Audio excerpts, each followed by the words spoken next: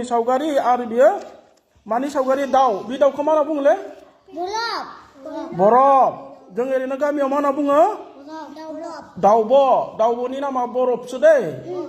बेखौ जोंहा गिदिर गिदिर जोंहा आफादफोर दोङो नुवाना बिजाब लिरगिरिफोर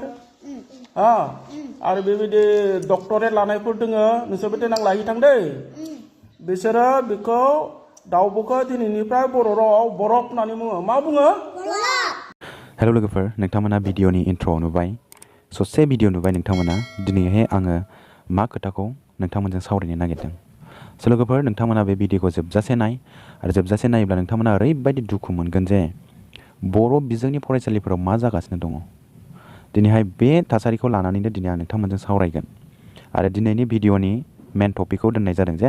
बर' बिजोंनि फरायसालिफोराव मानो एथ'ग्राब जेंना दिनैहाय नोंथांमोना गोबां ससियेल मिडियायाव भाइरेल जाबाय थानायखौ नुनो मोन्दों आरो आदा आलफ्रेड इउटुबार बिथाङाबो जोबोद दुखु मोननानै दिनै भिडिअ हगारदों बिथाङा बेबायदि कन्टेन्ट्सनि सोमोन्दै भिडिअ बांद्राय लाबोआमोन नाथाय बिथाङाबो बाध्य जाबाय बिनि सोमोन्दै भिडिअ लाबोनो आरो बाध्य जाखागोन मानो होनोब्ला जों सासे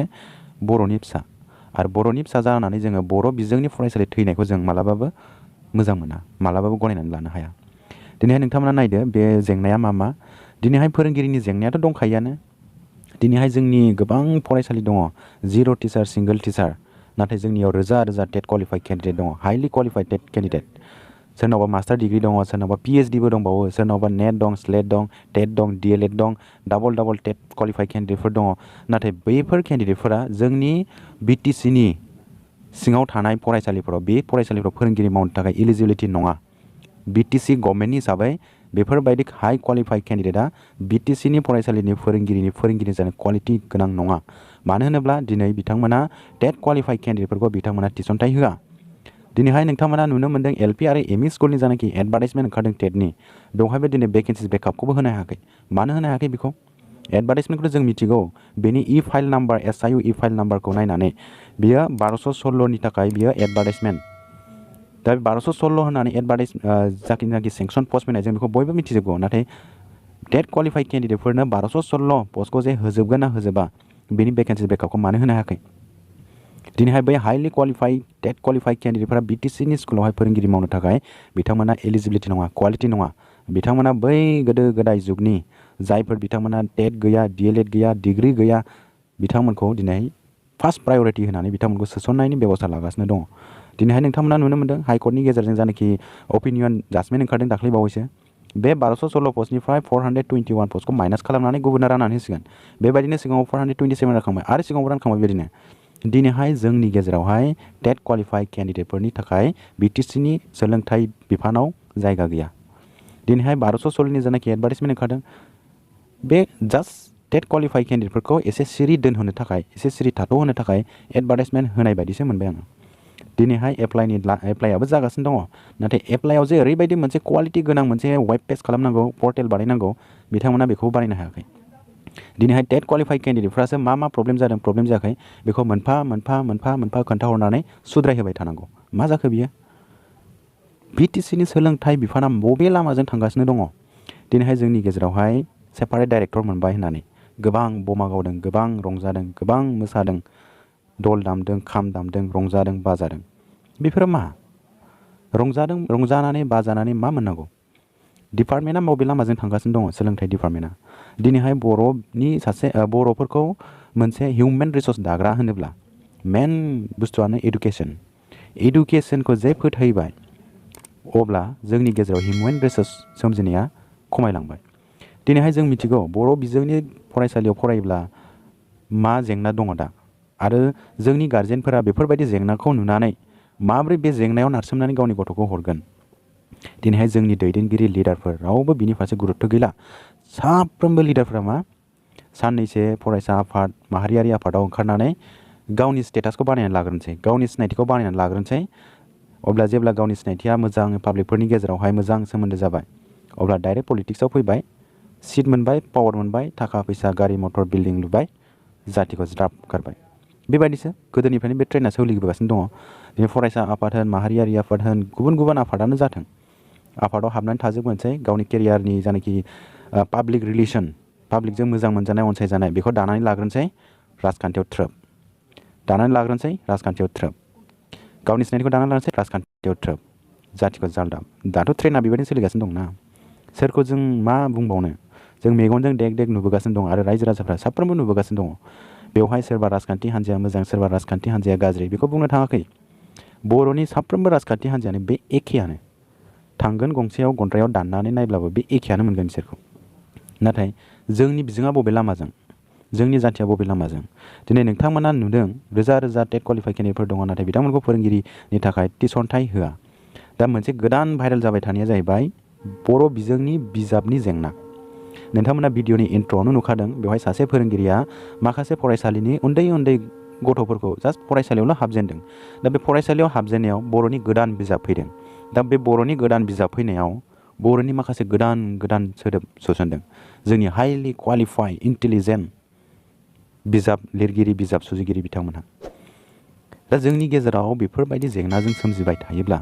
बर' बिजोंनि फरायसालिया बा बर' बिजोङा माबोरै थावरिना थानो हागोन दिनै जोंनि फरायसा आफादा होन राजखान्थि आफादा होन दैदेनगिरि लिडार होन गुबुन गुबुन इन्टेलेक्सुवेल बिथांमोनानो होन नाथाय बिथांमोना बेफोरनि फारसे जेबो खुगा बुङा जेबो खोथा बुङा दिनै सोरबा इउटुबारा माबा मोनसे खोथा बुंफ्लांदों बेनि हेंथायैबा लोगो लोगो सानसेनि गेजेरावनो मोनब्रै मोनबा प्रेसमेन्ट होगोन नाथाय बेफोर जेंनानि सोमोन्दै खोथा बुंनो रावबो जेबो गैया मानो मानि थाखाय गैया दिनैहाय नोंथांमोना बे माखासे गोदान गोदान सोदोब फैदों बेफोरथ' एक्सेप्टेबोलानो नङा दिनैहाय थाइजौखौ जों गोदो गोदायनिफ्रायनो फैनाय सोदोब बेखौ जों बयबो मिथिगौ थाइजौआनोखा दा बे थाइजौखौ आइ होननानै गाबज्रिनाय फैयोब्ला सोर मानसिया रागा जोङा जानो थाइजौखौ आइ होनबाय आरो मा होनदों दाउब'खौ बरफ होनदों दाउब'खौ जों गोदो गोदायनिफ्रायनो बे बाहायबोनाय बर'नि गुबै राव दा बेखौ मा होनदों बरफ होनदों बरफ बे मारै जाथावगौ आरो मा जायख्लं जायखौ जोङो रेमब' होनो जायख्लंखौ मा होनखो जायख्लंखौ रयना मा सोदोब जाखो बेफोरो जोंनि लेखा सुजुग्रा लेखा दानस्लायग्रा राव दानस्लायग्रा लेखा बानायग्रा बेवहाय सोर हाबनानै दङ बैफोरबायदि लेखा सुजुग्रायानो जुदि गुदियानो लेखा सुजुग्रायानो जुदि रोङाब्ला बेफोरखौ मानो बेवहाय थिसननानै दोनदों जोंनि फरायसा आफाद थुनलाइ आफाद माहारियारि आफाद गोबां आफाद दं जोंनि गेजेराव बेफोर आफादफ्रा मा पलिटिकेलि लाबालाब पलिटिकेलि माबानि थाखायल' हाबनानै दं नामा बर्थमान जोंथ' दा बेफोरखौसो नुगासिनो दङ जोंनि रायजो राजाफ्राथ' बेखौनो सानखागोन मानो होनोब्ला दिनैहाय रावबो फरायसा आफादानो दिनै धरना होनाय माबा मोनसे रेलि खालामनाय माबा मोनसे प्रेस मिट होनाय जों जेबो नुवा सरकारनि एगेन्स्टआवथ' रावबो जेबोखौनो बुंखाला मानो होनोब्ला गासिबो बे सरकारनि गासिबो आन्दाराव सरकारनि पकेटाव थ्रोब थ्रोब हाबजोब्बाय होननानै जों बुंनांगोन दिनैहाय जों गोबां खावलायबोबाय ओरैबायदि जेंना दं खामानि मावनांगौ नाथाय गैया बिटिआर प्राइमारि टेट क्वालिफाइ एस'सिएसनाबो गोबां आफादफोरखौ लोगो हमबाय बेबायदि जेंना दं नाथाय बिथांमोना फंसेबो खामानिखौनो मावा जास्ट पलिटिकेलि माबा मोनसे गेन खालामनायनि थाखायल' जोंनि आफादा थांनानै दं नामा माहारियारि आफादा बर्थमान दानि समावहाय जों बेफोरबायदिनो साननांगोन दिनैहाय नोंथांमोना नैबे भिडिअखौ एसे नायनानै लाग्रो बे भिडिअखौ नायबा ओरैबायदि दुखु मोनगोन बेखौ नायबानो नोंथांमोना बिराद दुखु मोनगोन दिनैहाय उन्दै उन्दै गथ'फोर फरायसालियावल' फरायजेननाय बिथांमोना बेफोरबायदि जेंनाजों मोगा मोगि जायोब्ला बे उन्दै उन्दै गथ'फोरनि फिउचारा मा जाहैगोन जोंनि हिउमेन रिसर्स दाग्रा जायनाखि हिउमेन रिसर्स बे हिउमेन रिसर्स दाग्रा मोनसे जायगायानो बा मोनसे बिजाबानो जुदि मोजां नङाब्ला अब्ला जोंनि गेजेराव मा गुन गोनां सोलोंथाइ लानानै मा हिउमेन रिसर्स गोरों फरायसा फरायसुलि मारै सोमजिनांगौ जोबोद दुखुनांथाव रायजोफोर दिनैहाय नोंथांमोना नैबे भिडिअखौ नायनानै लाग्रो बे गंसे फरायसालियाव बिजाबखौ नायै नायै गथ'फोरजों फरायफानाय मोनसे भिडिअ भाइरेल नोंथांमोना बे भिडिअखौ नायनानै लाग्रो दे बिजाबखौ दिनै आरो बेखौ फिननि दे गासैबो दिहुनबाय ना दिहुनना लालाय नोंसोरनि बिजाबखौ आं दिनै नायफामनि दै नैबेयो गोरोबहोनो होदों थाइजौ आरो थालिर नैबेखौ मा होनना बुंदों सावगारिनि मुंजों रिंसारथिजों गोरोबनाय सावगारिखौ गोरोबहोनि फै दा गोरोबहोबाय ना नोंसोरो बलदों थालिरदों रिंसारथियाथ' गोरोबाखै आरो बियो खुरैजों साथाजों गोरोबहोबाय खानजंजों नाजों बासजों आरो दाउदैजों बेथ' रिंसारथिया गोरोबाखै बे असमिया रावावबा गोरोबगौमोनदां बल कल बाति साति फनि कनि बास मास बिदि जागौमोन आरो ना दाथ' मा बुंनो दाथ' बेखौ माबायदि सोलायगोन मासिमालागै लिरिखौनो सोलाय नै बिलाय पइसिं न'आव बाहायजानाय बेसादफोराव बेंखन हो पइसिं माने मालाय मिथियो ना माखौ बुङो ओंखाम इसिं बा ओंखाम संग्रा न' पइसिं बेयो गोदान सोदोब दै नोंसोरो दाखालि आं फोरोंदोंमोन ना पइसिं माने ओंखाम संग्रा न' पइसिं होननानै बुङो बेखौ पइसिं नोंसोरबो गोदान खोनादोंना बे सोदोबखौ दिनैनिफ्राय ओंखाम संग्रा न'खौ पइसिं होननानै खोन्थादे नै बेखौ गोरोबहोआखै माथो नोङो नोंनिया गोरोबहोबाय नोंनियाबो गोरोबहोबायना नोंनियालाय नोंनियाबो गोरोबहोआखै गोरोबहो नोंनिया गोरोबहोबाय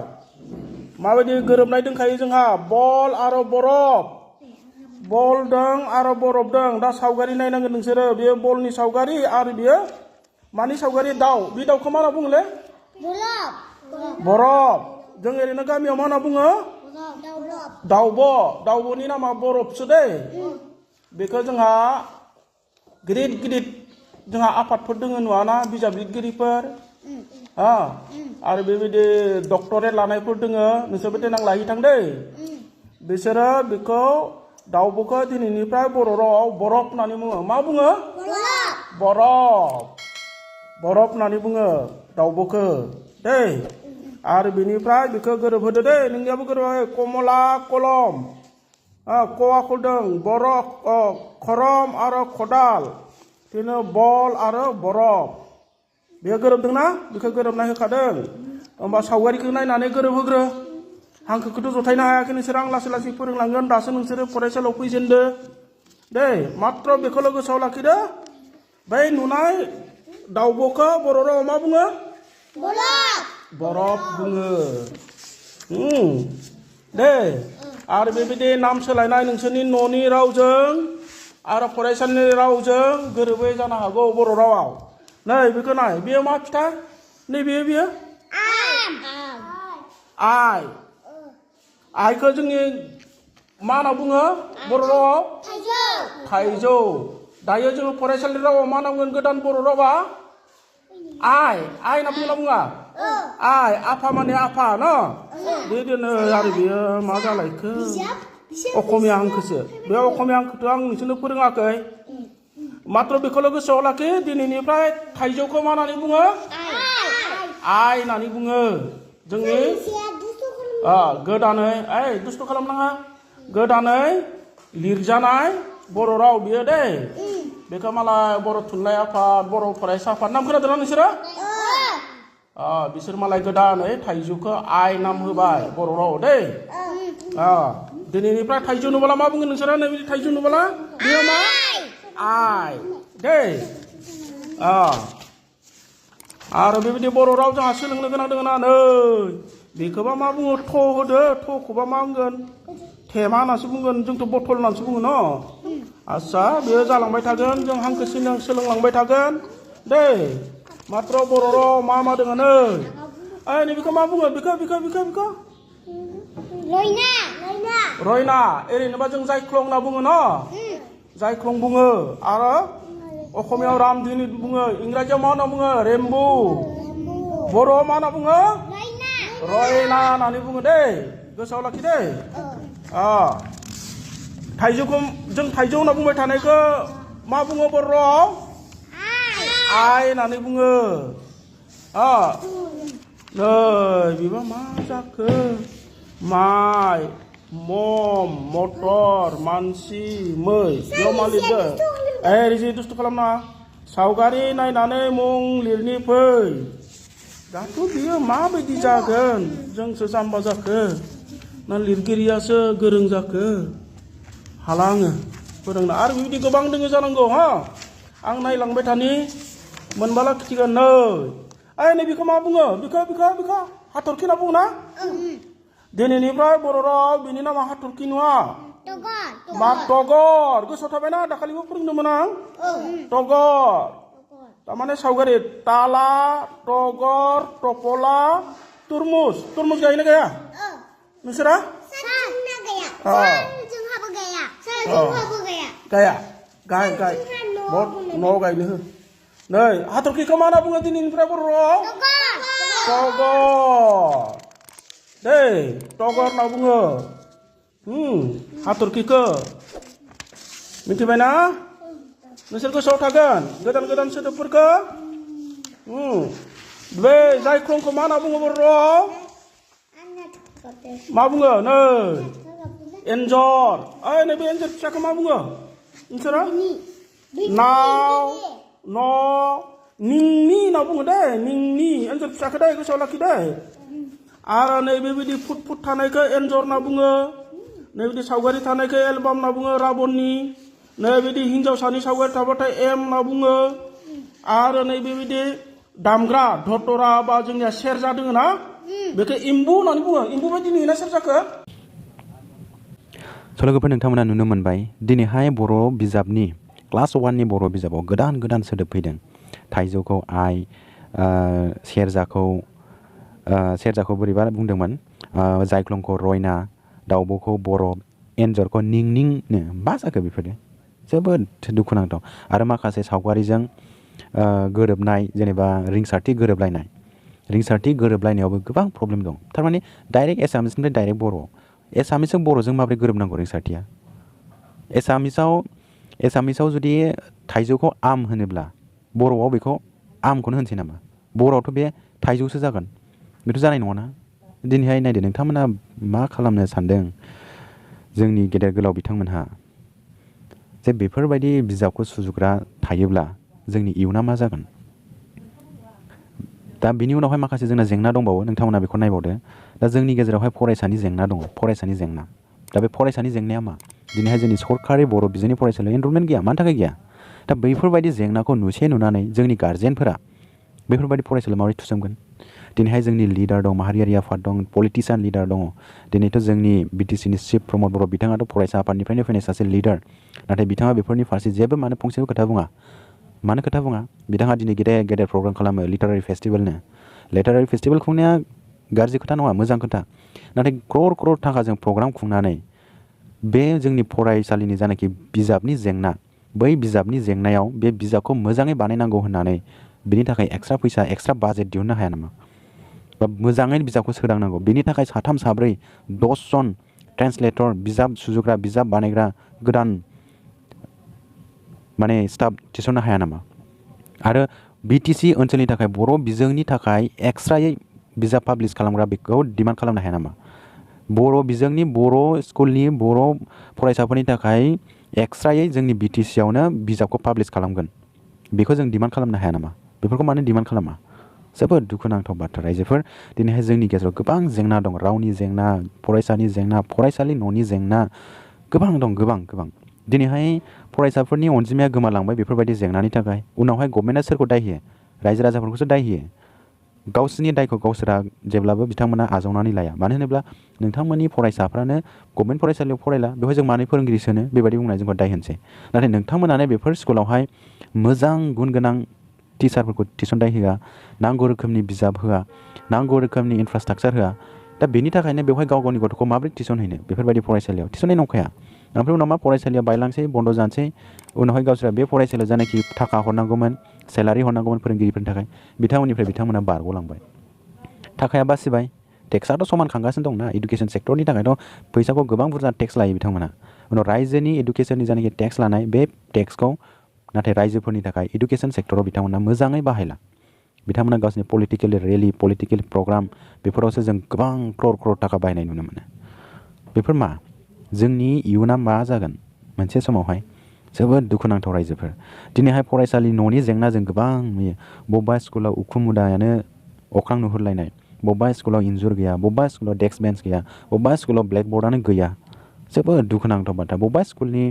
न'आनो गैबावा सोरनाबा बिफां सायख्लुमफ्रावसो बेबायदि फरायनानै दङ सोलोंनानै दङ बेबायदि स्कुलनि खामसालि बायला जिला न' बेफोरावसो फोरोंनानै दङ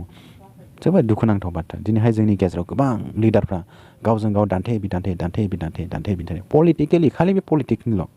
बाखि जेबो गैया रायजोफोर ओंखायनो जोंनि पलिटिकेलि लिडारफोरनि जानाखि खोथा बुंनाय मोजां भाषण होनाय बिथांमोननि भाषणखौ माब्लाबाबो खोनासंनांला दिनैहाय जोंनि रायजो राजाफ्रा गाव गावनो साननो हानाय मेलेम दङ साननो हानाय गोहो दङ बिथांमोनहानो गाव गावनो साननानै गाव गावनो डिसाइड खालामनांगौ दिनैहाय जों पलिटिकेलि हान्जाजों खिथु खिथु खारफानानै जों सानबेसे जानो हाखाया थैजासे नों गाव गावनि आथिं आखाइखौ सोमावनानै जों खामानि मावनानै जाखानांखागोन सानबेसे मोनगोन बोसोरबानिसिम खिथु खिथु खारनानै थाइसे थाइनै मोनगोन नाथाय बिनि उनावहाय जों गाव गावनि पजिशनाव फैफिननांखागोन ओंखायनो मा गाव गावनि डिसिजनखौ गाव गावसो लानांगौ सोरबा पलिटिकेलि लिडार सोरबा हान्जा सोरबा आफादजों सोमोन्दो लानानै जोंनि बे जायनाखि जेंना बे जेंनाखौ सुस्रांनो नाजायोब्ला मोजां खिन्थु पलिटिकेलि लिडारफोरनि खिथु खिथु खारनानै बबेबा जेंनाखौ नुनानैबो जेबो खोथा बुङाब्ला बे आरो जोबोद दुखुनांथावसिन जुदि जेबो बुंनो हायाब्ला बेफोरबायदि आफादाव थानानै जेबो गोनांथियानो गैया दिनैहाय जोंनि गोबां माहारियारि आफादफोर दङ गोबां क्वालिटि गोनां केन्डिडेटफोर दं बिजाथिफोर दङ सोद्रोमाफोर दङ दा बिथांमोना गावनि खुगाजों माबा बुंनो सानो नाथाय बुंबा माबा मोनसे दाय जागोन नामा बेखौ साननानै खुगाखौ हमथानानै दोनो नाथाय बेफोरबायदि हमथानानै दोनबाय थानानै जाथिखौ हाखर सिङाव गोदो होलांबाय थानोसै नामा नांला जोंनो बेफोरबायदि आफादखौ बेफोरबायदि माहारियारि ओंखारबोजोबदो बेफोरबायदि आफादनिफ्राय गाव गावनि माबाखौ बुंदो आफादनिफ्राय ओंखारबोदो आरो बुंदो नांगौब्ला आफादावनो था आफादाव थानानै बेफोरबायदि खोथाखौ बुं सोरबा लिडारा सोरबा आफादनि गेदेर सोद्रोमाया आफादनिफ्राय बैकट खालामबा खालामथों बेबायदि होननानैसो ओंखारबोनांसिगौ दिनैहाय जोंनि रायजो राजाफोरा जोबोद दुखुनांथाव लोगोफोर दिनैहाय जोंनाथ' बिजोंनिबो जेंना दङ दिनै बिजोंनिबो गोबां जेंना दङ दिनै बर' मिडियाम स्कुलफोराव बर' बिजोंजों फरायनाय फरायसाफोरानो मोना साख्रि होन फोरोंगिरिनि होन गासिबो जिखुनु मास्टार फोरोंगिरिनि होन दिनैहाय बर' बिजोंजों फरायनानै फैनाय बर'नि A to Z खोथा रोंजोबगौ इंलिसबो रोंगौ मानोना उन्दैनिफ्रायनो बिथांमोना इंलिस साबजेक्ट मोनखायो दाना जोंनियाव मा खालामो बर' बिजोंनि फरायसालियाव उन्दैनिफ्रायनो इंलिस मिडियामजों फरायनानै फैनाय बेफोरबायदि मिडियामजों फैनाय फोरोंगिरिफोरखौसो दिनै बर' बिजोंनि फरायसालियाव फोरोंगिरिनि साख्रि होयो मा जागोन बेजों दिनैनि बे जानाखि प्रब्लेम जानाय बे प्रब्लेमाबो बेनो जायफोर बिजाथि केन्डिडेटफोरा बर' MI लानानै बर' साबजेक्ट लानानै फैनाय बर'नि सोमोन्दै लिरनो फरायनो रोंगौ बिथांमोनखौसो बर' बिजोंनि फरायसालियावहाय फोरोंगिरिनि थाखाय थिसनथाइ होनांगौ बे खामानिखौसो मावनांगौ दिनैहाय बर' बिजोंखौ नेवसिनानै गुबुन बिजोङाव फरायबाय थिग दं फरायबाय थिगैनो दङ नाथाय जेब्ला साख्रिनि बेलायावबा बर' बिजों होन गुबुन बिजों होन जेबो खोथा गैया बिथांमोननो जास्ट साख्रिल' नांगौ थाखा खामायनायनि इनकाम सर्सल' नांगौ बे आरो जोबोद दुखुनांथाव रायजोफोर दिनैहाय जोङो बर' बिजोंनि मोनफा मोनफा जेंनाखौ जोङो बिजिरनानै नायोब्ला जों ओरैबायदि मोनगोन जोंनि लिडारफोरा बर' बिजोंखौ फोथांनो थाखाय माने खामानि मावला दा बर्थमाननि समाव सिगाङाव खिन्थु गोबां खामानि मावदोंमोन जों बेखौ सेल्युट खालामो आरो सिगाङाव खामानि मावनायनि थाखायनो दिनै बर' बिजोङा मोनफा मोनफा स्टेप बारबोदों नाथाय स्टेप बारबोनानै दा बै स्टेपनिफ्राय दिनै लासै लासै गुगालांगासिनोसो दङ माने दावखोलांनायनिफ्राय फावसायलांगासिनोसो दङ दिनैहाय नोंथांमोना नायदो तामुलपुर बायदि जानाखि हायार सेकेन्डारि स्कुल बेवहायबो बर' बिजोंनि जानाखि बर' रावनि जानाखि लिरनाय बे लिरनायखौबो खोमोरबाय जोबोद दुखु मोनदों रायजोफोर गोबां दिनैहाय गावनि जायगायावनो जों गाव बैकट गावनि जायगायावनो जों गाव दिनैहाय नेवसिजानाय गादबजानाय जोबोद दुखुनांथाव लोगोफोर जोबोद नोंथांमोना बे भिडिअखौ हाजासे शेयार खालाम जोंनि दैदेनगिरिफ्रा जाहाथे बेफोरखौ नुनानै बेफोर जेंनाखौ नुनानै सांग्रां जागोन ना जाया बेखौथ' बुंनो हाया नाथाय बिथांमोना सांग्रांबा दालागै प्रेस मिट रेलि बायदिसिना खालामसिगौ दिनैहाय जोंनि माहारियारि आफादफोराबो दिनै धरना होनोथ' जेबो साहसआनो गैखाला माबा धरना होयोब्ला दिनै प्रमद बर'नि सरकारा माबा प्रब्लेम जागोन नामा बेखौसो सानहरो धरना होबाथाय प्रमद बर'नि सरकारा जेंना सोमजिखाबाय नालाय ओंखायनो बिथांमोना धरनाबो होनो हाला जोबोद दुखुनांथाव आं सोर आफादनि खोथाखौ बुंदों नोंथांमोना हमनो हाखाबाय जानांगौ बेवहाय खुगा हमथानानै थानायनि सम नंला दिनै जेसेबां जों खुगा हमथानानै थाबाय थागोन एसेबांनो जों गोदोलांबाय थागोन आरो जोंनि आसाम सरकाराथ' बेखौनो लामा लाखानाय माने ओरैबायदि जेरावनाखि हा गुरै नुयो बेवहाय मावजिया खियो होननाय मोनसे बाथ्रा भाव दङ थिग बेबायदिनो जाबाय दिनैहाय जोंनि सरकारा मा हा गुरुं माने एकदम हा गुरुं ओंखायनो दिनै मावजिया बेवहाय खिगासिनो दङ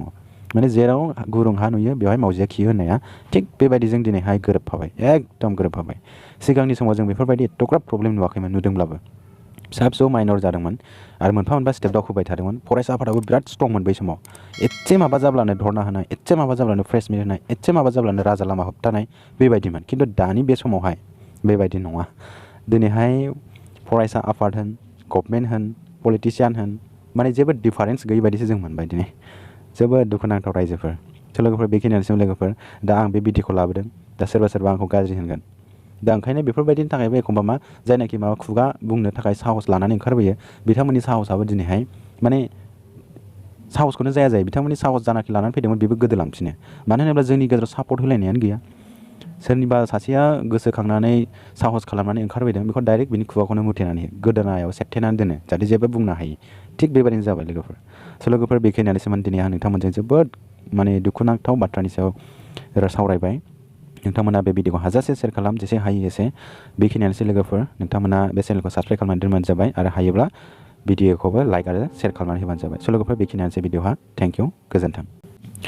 চ' বন্ধুসকল আপোনালোকক বৰ'ন ইনফ'টেক ইউটিউব চেনেলত ৱেলকাম কৰা হ'ল আজি মই এটা বহুত দুখ লগা এটা ভিডিঅ' আনিছোঁ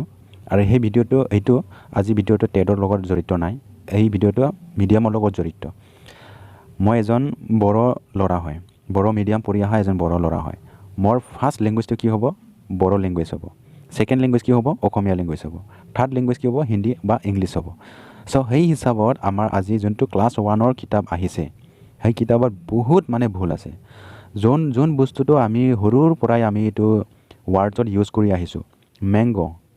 এই মেংগ ৱাৰ্ডটো আমি অসমীয়াত কি কওঁ আম আৰু বড়োত কি কয় থাইজৌ এই ৱাৰ্ডটো কি কৰিছে এতিয়া এই ৱাৰ্ডটো চেঞ্জ কৰি আই লিখি দিছে নতুন ৱাৰ্ড নতুন শব্দ আৰু এনেকুৱা বহুত ভুল আছে আজি যোনটো কিতাপটো আপোনালোকে দেখিব পাইছে যোনটো ভিডিঅ'ৰ জৰিয়তে ইয়াতে মানে বহুত ভুল আছে এনেকুৱা বহুত য'ত মানে আমি ৰেম্ব'টো আমি বড়ো ভাষাত জাইক্লং বুলি জানো এই জাইক্লংটো নিলিখা কি ৰয়না বুলি লিখি দিছে সেইটো কি হ'ল আৰু য'ত মানে আমি বৰফ বগুলা যোনটো আমি কওঁ অসমীয়া লেংগুৱেজত এই বগুলাটো আমি বড়ো লেংগুৱেজত কয় দাউব এই দাউবক কি কয় বৰফ বুলি লিখি দিছে আমাৰ বড়ো মিডিয়ামৰ কিতাপ ক্লাছ 1ৰ কিতাপত চ' এইটো বহুত দুখ পাইছোঁ এনেকুৱা হ'ব নালাগিছিল অসমীয়া মিডিয়ামতো যদি এনেকুৱা যদি আহি যায় অসমীয়া মিডিয়ামৰ কেণ্ডিডেটবিলাকৰ ল'ৰা ছোৱালীবিলাকতো বহুত দুখ পাব কিয় দুখ নাপাব পাবই নিশ্চয় এতিয়া এইবিলাক প্ৰব্লেমছটো দেখি আমাৰ ইমান যে ডাঙৰ লিডাৰ আছে পলিটিচিয়ান লিডাৰ ষ্টুডেণ্ট অৰ্গেনাইজেশ্যন সেইবিলাক মানে কিয় মাত নামাতে কিয় মানে চুপচাপ থাকে সেইটো বহুত দুখ পাইছোঁ এনেকুৱা হ'ব নালাগিছিল আৰু এটা মেইন প্ৰব্লেমছটো হ'ল আমাৰ টিচাৰৰ প্ৰব্লেম BTCৰ ইমান হাজাৰ টেট কোৱালিফাই কেণ্ডিডেট আছে তেখেতসকলক আজিলৈকে এপইণ্টমেণ্ট দিবই পৰা নাই আজি টেট কোৱালিফাই কেণ্ডিডেটবিলাকৰ আমাৰ BTCৰ এৰিয়াত এডুকেশ্যন ছেক্টৰত টেট কোৱালিফাই কেণ্ডিডেটবিলাকক মানে প্ৰয়োজন নাই অভাৰ কোৱালিফাই হোৱাৰ কাৰণে তেখেতসকলে আমাৰ এডুকেশ্যন ডিপাৰ্টমেণ্টত তেখেতসকলক নালাগে আগৰ যুগৰ যোনটো 1999 বহুত মানে যাৰ মানে টেট নাই DLED নাই BEd নাই নৰ্মছ ডিগ্ৰী নাই NCD গাইডলাইন ফ'ল' নকৰে সেইবিলাক কেণ্ডিডেটকহে লাগে BTC এডুকেশ্যন ডিপাৰ্টমেণ্টত এনেকুৱাই হৈ আছে আৰু যোনটো আজি LP আৰু ME স্কুলৰ টেটৰ এডভাৰটাইজমেণ্ট চলি আছে সেই এডভাৰটাইজমেণ্টতো আজিলৈকে ভেকেঞ্চিজ ব্ৰেকআপ দিব পৰা নাই কিয় দিব পৰা নাই যোনটো এডভাৰটাইজমেণ্ট হৈছে ইয়াৰ এডভাৰটাইজমেণ্ট SIU ফাইল নাম্বাৰটো আমি চালে গম পাওঁ সেই পষ্টটো 1216 হয় আৰু যোনটো BTC কেবিনেটত যোনটো মিটিং হৈছিলে এছেম্বলি ইয়াতেতো তেখেতসকলে মেনিফেষ্টো ওলাইছে 1216 এডভাৰটাইজমেণ্ট দিব সোনকালে টেট কোৱালিফাই কেণ্ডিডেটবিলাকৰ কাৰণে কিন্তু আজিলৈকে ভেকেঞ্চিজ ব্ৰেকআপটো কিয় দিব পৰা নাই চ' এদিনা হাইকোৰ্টৰ এটা ভিডিঅ' ওলাইছে হাইকোৰ্টৰ 1216 পৰাই 421 পষ্টটো এইটো ৰিজাৰ্ভ ৰাখিব মাইনাছ কৰিব চ' এইটো কি কথা হ'ল টেট কেণ্ডিডেটবিলাকৰ কাৰণে 1216 এডভাৰটাইজমেণ্ট দিছে আৰু ইয়াৰ পৰা যাৰ টেট নাই DLED নাই BEd নাই কোনো NCT নৰ্মছটো ফ'ল' নকৰে সেইবিলাক কেনেকৈ দিব এইটো বহুত দুখ লগা কথা চ' এইকাৰণে মই কৈছোঁ BTC এডুকেশ্যন ডিপাৰ্টমেণ্টত যাৰ BEd আছে DLED আছে টেট আছে ডিগ্ৰী আছে মাষ্টাৰ ডিগ্ৰী আছে PhD আছে নেট আছে স্লেট আছে সেইবিলাক কেণ্ডিডেটক আমাৰ BTC এডুকেশ্যনত প্ৰয়োজন নাই ফাৰ্ষ্ট প্ৰায়ৰিটি মানে সেইবিলাক কেণ্ডিডেটকহে লাগে যাৰ টেট নাই DLED নাই BEd নাই গ্ৰেজুৱেশ্যন নাই মাষ্টাৰ ডিগ্ৰী নাই নেট স্লেট নাই PhD নাই সেইবিলাক মানে প্ৰয়োজন নাই আমাৰ BTC এডুকেশ্যন ডিপাৰ্টমেণ্ট এইটোহে আমি ক'ব পাৰোঁ এতিয়া চ' হাইলি টেট কোৱালিফাই কেণ্ডিডেট যাৰ ডিগ্ৰী আছে নৰ্মছ আছে সেইবিলাক কিয় নিযুক্তি নিদিয়ে আজিলৈকে চ' আজিলৈকে ভেকেঞ্চিজ ব্ৰেকআপ দিব পৰা নাই ডিষ্ট্ৰিক্ট ছিলেকশ্যন দিব পৰা নাই বহুত দুখ লগা কথা বন্ধুসকল বহুত দুখ লগা কথা আৰু আজি আমাৰ বড়ো মিডিয়ামৰ স্কুলত ইমান যে প্ৰব্লেম হৈ আছে আমাৰ ছেপাৰেট ডাইৰেক্টৰ পাইছে বুলি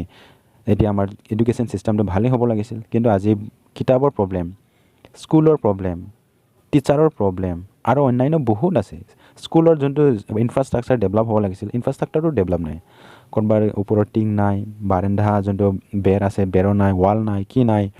ড্ৰিংকিং ৱাটাৰ ফেচিলিটি নাই ইনফ্ৰাষ্ট্ৰাকচাৰ ভাল নাই ডেস্ক নাই বেঞ্চ নাই ব্লেকবৰ্ড নাই বহুত প্ৰব্লেম কিন্তু আজি আমাৰ চৰকাৰে কি কৰি আছে চৰকাৰেতো আমাৰ পৰা এডুকেশ্যনৰ নামত বহুত টেক্স লৈ আছে কিন্তু এই টেক্সৰ পইচাটো ক'ত ফেলাই আছে তেখেতসকলে ইমান ডাঙৰ ৰিলি প্ৰগ্ৰাম কৰে পলিটিকেল প্ৰগ্ৰাম কৰে সেইবিলাকতো ক্ৰ'ৰ থকা লাখ টকা ফেলাই চ' আমাৰ এডুকেশ্যন ছেক্টৰ কিয় ফেলাব নোৱাৰে এডুকেশ্যন ছেক্টৰতো বহুত টকা তেখেতসকলে টেক্স লয় চ' এইটো বহুত দুখ লগা কথা চ' এইটোৰ বিষয়ে মই বহুত দুখ পাইছোঁ আমাৰ বিশেষকৈ আমাৰ বড়ো মিডিয়ামৰ যোনটো কিতাপত এইবিলাক নতুন ৱাৰ্ডছ মানে ৰং ৱাৰ্ডছবিলাক সোমাই দিছে এইটো মই বেছিকৈ দুখ পাইছোঁ চ' বন্ধুসকল এইখিনি আছিল এতিয়া আপোনালোকক মই অলপমান বুজাই দিলোঁ আমাৰ বড়ো মিডিয়ামৰ স্কুলত কি প্ৰব্লেম হৈ আছে আপোনালোকে এতিয়া নিশ্চয় গম পাইছে আমাৰ বড়ো মিডিয়ামত বহুত প্ৰব্লেম চলি আছে ইয়াৰ কাৰণে আমাৰ বড়ো মিডিয়াম স্কুলত এনৰলমেণ্টো কমি গৈ আছে কিয়নো বড়ো মিডিয়াম স্কুলত ইমান যে প্ৰব্লেম আছে সেইবিলাক প্ৰব্লেমটো চাই আমাৰ ষ্টুডেণ্টৰ গাৰ্জেনবিলাকে সেইবিলাক স্কুলত কেনেকৈ এডমিশ্যন দিব এডমিশ্যন নিদিব নিশ্চয় য'ত মানে প্ৰাইভেট স্কুল আছে এইবিলাকহে এডমিশ্যন দিব দিন হাজিৰা কৰি খোৱা ঘৰৰ ল'ৰা ছোৱালী হ'লেও চ' সেইটোৱে বন্ধুসকল চ' বহুত দুখ পাইছোঁ চ' এইখিনি আছিল বন্ধুসকল আজি বহুত দুখ পাইছোঁ আৰু এই ভিডিঅ'টো দুখৰ মাজতে এই ভিডিঅ'টো বনালোঁ চ' বন্ধুসকল এইখিনি আছিল থেংক ইউ গোজেণ্টা